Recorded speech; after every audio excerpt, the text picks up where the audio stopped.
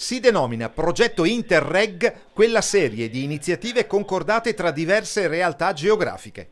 È il caso di Zero Waste Blue, dove Zero Waste significa spreco nullo, in cui l'asse Italia-Croazia agisce attraverso una piattaforma per cui esiste un finanziamento europeo che calcola il livello di sostenibilità, ovvero per così dire di capacità di sopportazione del territorio in riferimento ai grandi eventi. Si tratta del primo passo verso la certificazione per sostenibilità, che in questo specifico caso la Regione Veneto, autorità di gestione del progetto, attraverso l'assessore competente Federico Caner, ha presentato come progetto pilota, adottando a modello uno dei fiori all'occhiello delle manifestazioni regionali, ovvero la Venice Marathon. Un finanziamento legato al programma Italia-Croazia, dove la Regione Veneto è autorità di gestione, che permette di creare questa piattaforma per misurare gli impatti nei grandi eventi. Cioè cosa significa? Significa capire una maratona come quella di Venezia cosa incide nella sostenibilità ambientale di Venezia stessa. Quindi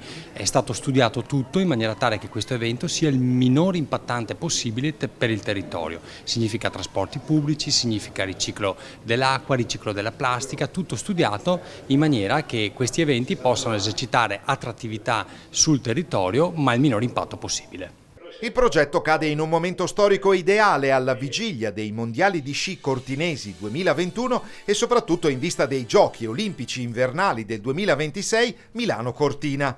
La Venice Marathon, sottolineano i suoi dirigenti, ha sempre sostenuto i principi cardine di questo progetto. In eventi simili grandissima è la quantità di merce deperibile impiegata. Come importante risulta la gestione degli scarti, perché l'impatto risulti ragionevole, orientato anzi al completo riciclo dei prodotti.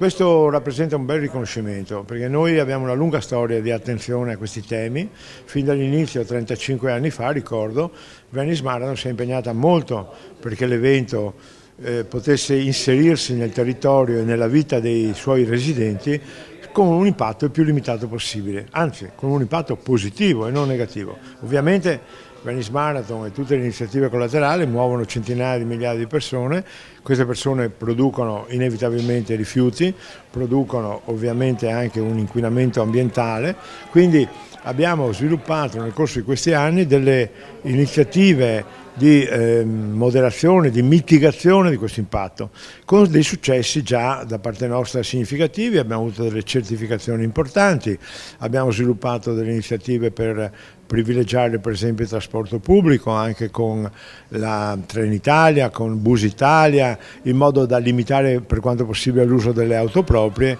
per coloro che vengono alla maratona, sia per correre sia per assistere come accompagnatori e turisti.